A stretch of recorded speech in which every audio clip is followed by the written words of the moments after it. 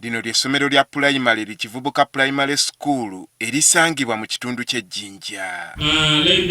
Bw'otuuka ku kaabuyonjo ezigendwamu abaana n'abasomesa wamma kw'okomya amaaso. Ebisenge biri kumpi kugwa, ebituli byagaziwa, tweraliikiriza abaana baffe naddala abo ab'emyaka 67 oba oliawo olusaali baagigenzeemu n'emugwako. Bino bye bimu ebyawaliriza bannalotale y'ekira mu Kampala okusitukiramu badduukirira essomero lino ng'ekizimba tekinnasamba ddagala.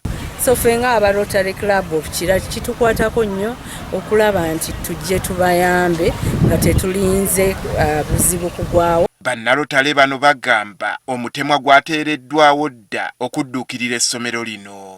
Buli mwaka gwa Rotary gubaako a theme. So omwaka guno gwa magic we have put aside $9,000,000 nga diviire mu ba members ba Rotary Club of Kira and the friends of Rotary okuba nti baida okuyambaku omulimu guno. Okukola bino basooka kunoonyereza n'okubuuliriza ebizibu ebisinga okusoomooza essomero lino. Ne batugamba nti ekizibu kye basinga okubeera nakyo kwe kuba nti tebalina kikomera, abantu bava eri mu kyalo ne bayitaŋŋana mu ssomero lino oba oluusi ne bajja wano ne bakola ebintu ebitali bituufu ate ng'essomero lirina abaana abato nga bwe mulaba. So ffe ng'aba Rotary Club of Kira ne tubawuliriza ne tukkiriza nti tujja bateerako ffensi ku ssomero lino. Bavuddeyo ne beeyamanga n'ekizibu ky'amazzi nakyo bwe bagenda okukinogera eddagala.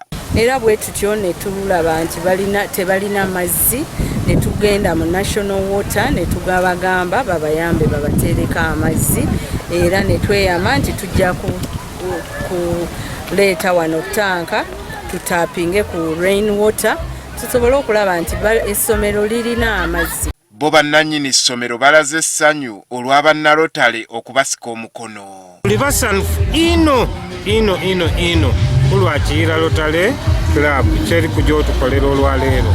Era nsuubira naabona ku geeti etandise okuzimba geeti olwaleero bajja kukola launching eya activities ezinatandika era bakobye baida amalagano ekiseera niife. Bagamba we babadde bali nga byabasobera dda olw'obugundiivu bw'essomero lino wabula nga libadde lyafuuka ekisekererwa. That our school which has produced prominent people, Rotary Club of Kira, is going to do the needful in renovating it. Bwe batyo basabye abazira kisa yonna gye bali okwongera okubadduukirira basobole okuwa ebyenjigiriza eby'omutindo eri abaana b'eggwanga.